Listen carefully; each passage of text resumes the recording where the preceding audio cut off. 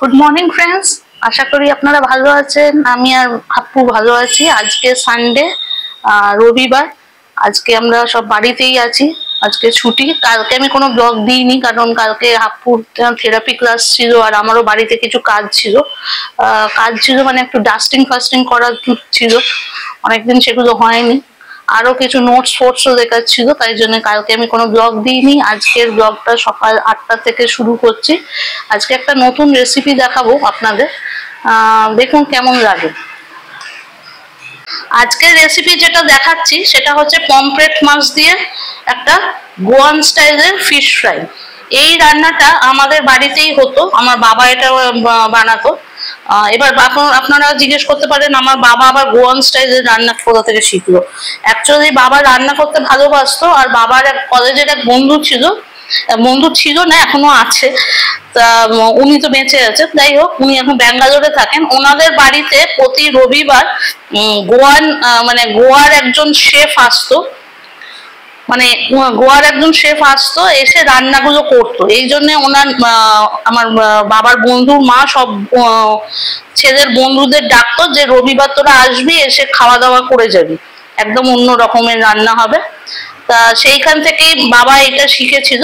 তা সেইটাই আমি আপনাদের সঙ্গে শেয়ার করছি। এটা বাবাও বাড়িতে করতো। আমি মাছটাকে কেটেছি এই কারণে, কারণ মাছটাকে ভাজতে লাগলে আমাদের এই যে হয় ফ্রাই প্যান, যেটা আমরা করি ননস্টিক ফ্রাই প্যান, সেখানে হবে না। এটা আমাকে কড়াতে করতে হবে, লোহার কড়া বা এমনি স্টিলের কড়া বা এরকম কড়াতে করতে হবে, নাহলে মাছটা ফ্রাই ভালো করে হবে না।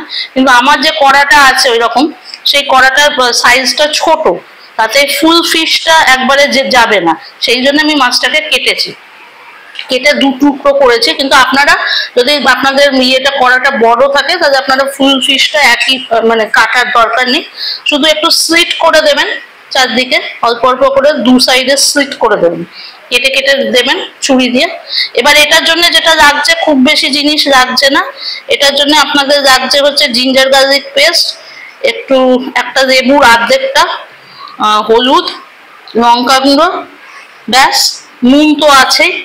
আর কোটিং এর জন্য আপনাদের লাগছে হচ্ছে সুজি বা সেমোলিনা, আর এটা হচ্ছে রাইস ফ্লাওয়ার, মানে চালের গুঁড়ো। যদি রাইস ফ্লাওয়ার না থাকে, চালের গুঁড়ো না থাকে, তাহলে আপনারা এটাকে দিয়েও করতে পারেন, কর্নফ্লাওয়ার দিয়েও করতে পারেন।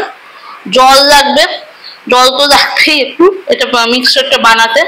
আর এটা সাদা তেলে হবে, ঠিক আছে। এবার আমি যেটা বলছি সেটা আপনারা দেখে নিন। এইটা আমি কাশ্মীরি মির্চ আর অল্প এমনি লাল মির্চ করেছি। আপনারা পুরোটা হলে পুরো লাল মির্চি ইউজ করতে পারেন যদি ঝালটা খেতে পারেন। আমি অল্প একটু এমনি লঙ্কা গুঁড়ো দিয়েছি, আর বাকিটা কাশ্মীরি মির্চ দিয়েছি।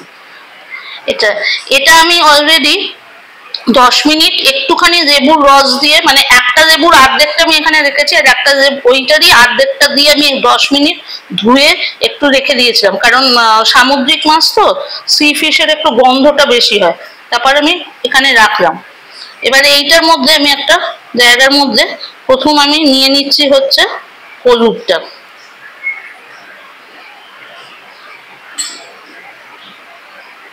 পেস্টটা তৈরি করব আমরা।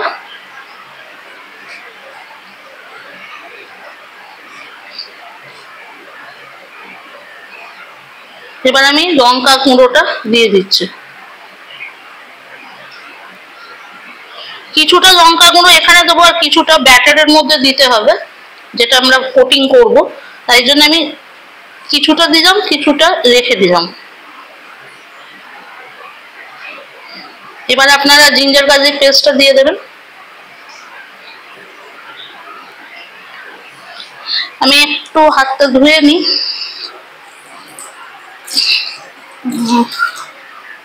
এবার আপনারা নুনটা দেবেন, নুনটা স্বাদ মতো দেবেন, বেশি দিচ্ছি না, 1 চামচই দিচ্ছি। এবার এটাকে মিক্স করতে হবে, ভালো করে মিক্স করুন।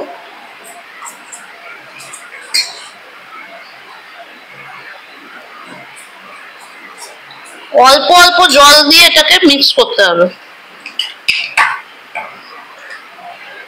লেবুর রসটাও আমাকে দিয়ে দিতে হবে এর মধ্যে।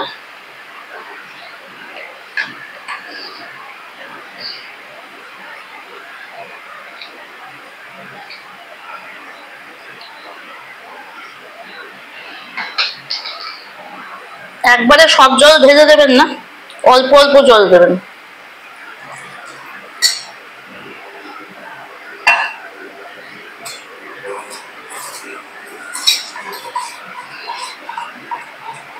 এই রান্নাটা অ্যাকচুয়ালি কিন্তু কোকোনাট অয়েলে হয়, কিন্তু ওই কোকোনাট অয়েলটা তো খুব একটা আমার খেতে ভালো লাগে না। আপনাদের যদি ভালো লাগে তাহলে আপনারা কোকোনাট অয়েলেই করবেন। আমি তো এটা এমনি সাদা তেলে করছি, রিফাইন্ড অয়েলে যেটা, সেটা।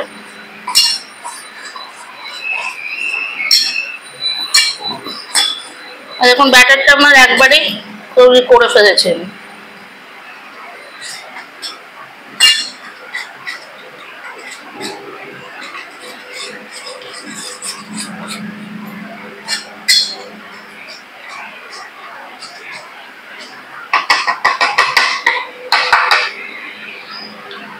এবার এটা মাছটার মধ্যে আপনাকে হাত দিয়েই লাগাতে হবে। এমন ভাবে লাগাবেন যাতে এইভাবে লাগাবেন, উল্টো ভাবে লাগাবেন। ভালো করে কোটিংটা করবেন। কোটিংটা করে আপনাদের মোটামুটি 8 ঘন্টা রাখতে হবে, নাহলে কিন্তু ইয়েটা মিশবে না, মানে ভেতরে ঢুকবে না মশলাটা। অ্যাকচুয়ালি মশলাটাই আসল।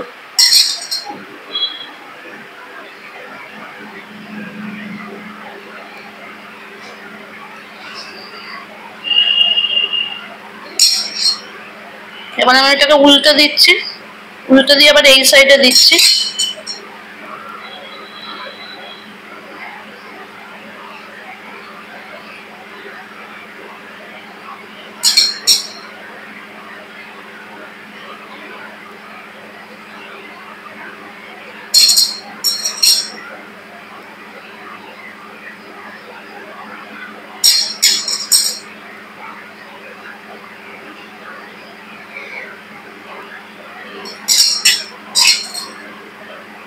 ভালো করে কোট করে দেবেন।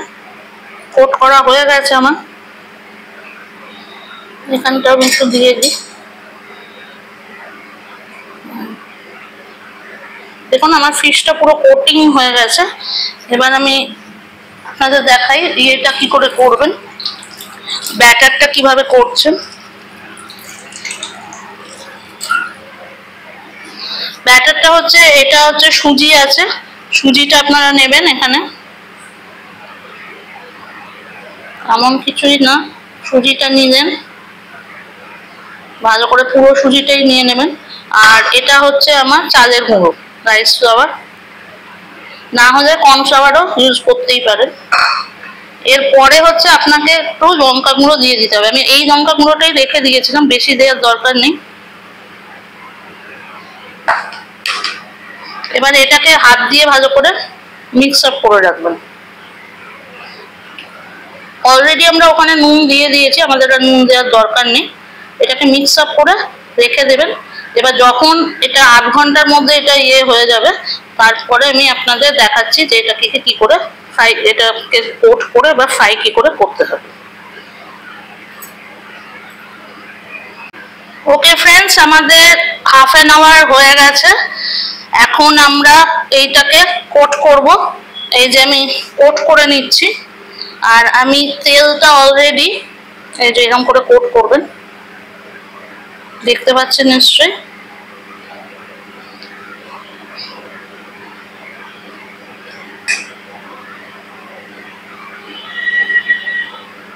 ভালো করে কোট করে নেবেন। এই যে মশলাগুলো থাকবে সেগুলো দিয়ে দিতে পারেন, আর মশলাগুলো ওয়েস্ট করে লাভ নেই, এটা তো আর অন্য কিছুতে দেওয়া যাবে না। ভালো করে দু সাইডে কোট করে নিয়েছি আমি। এবার আমি মাছটাকে, এটা হয়ে গেল আরেকটা, এই পার্টটা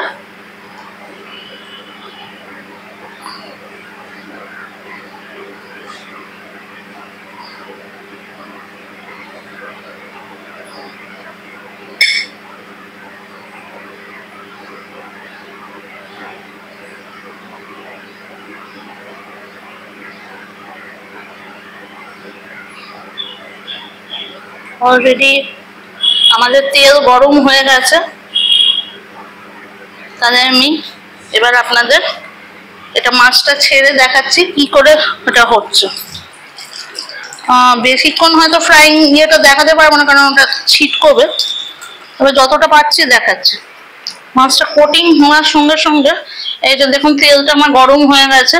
দেখছেন তো আমার এই ইয়েটা অনেকটা ছোট, সেই জন্য আমার মুশকিল হয়ে গেছিল, নাহলে আমি ফুল মাছটাই দিতে পারতাম। আমাদের বাড়িতে ফুল মাছটাই দিত, আমার বাড়িতে কড়া বড়টা। এই যে আমি দিলাম,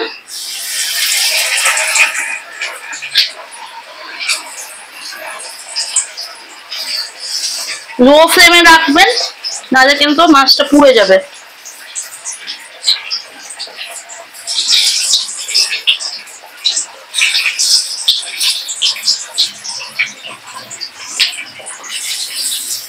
দেখুন কি সুন্দর মাছটা কোটিং হয়ে গেছে, দেখতে পাচ্ছেন? এখানে একটু রেখে দেখাই আপনাদের, হালকা করে একটু ইয়ে করবেন যাতে ভেতরটাও ইয়ে হয়, মাছটা মানে সেদ্ধ ইয়ে ফ্রাইটা হয়। মাছটা অলরেডি ফ্রাই হয়ে গেছে, একটু তেলটা ভালো গরম করা হয়েছিল। মাছটাকে যত ম্যারিনেট করবেন তত ভালো, তত জিনিসটা ভালো হবে। এই দেখুন আমি এখানে রাখলাম, ওই যে রাখলাম, আরেকটা মাছও দিয়ে দিচ্ছি, মানে আরেকটা মাছ মানে ওই আরেকটা পিস দিয়ে দিচ্ছি। এই যে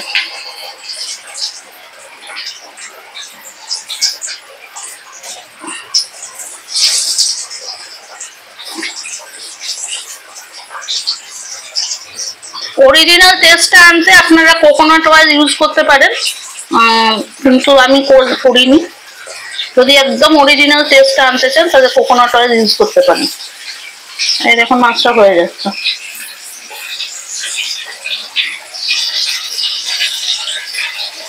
এই সুজি দিলে জিনিসটা খুব কুড়কুড়ে হয় এবং টেস্টটাও খুব ভালো হয়।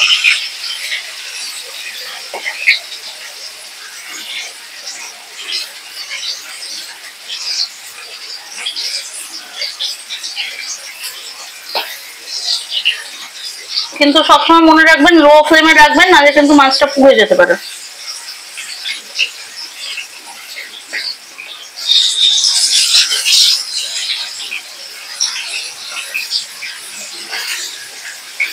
এটা শুধু ম্যারিনেশন টাইমটাই যা লাগছে, বাকি কোনো এমন কিছু জিনিস লাগে না। ম্যারিনেশন টাইমটাই আপনাকে একটু মাথায় রাখতে হবে। ওকে, হয়ে গেছে আমাদের Goan style fish fry, pomfret fish fry.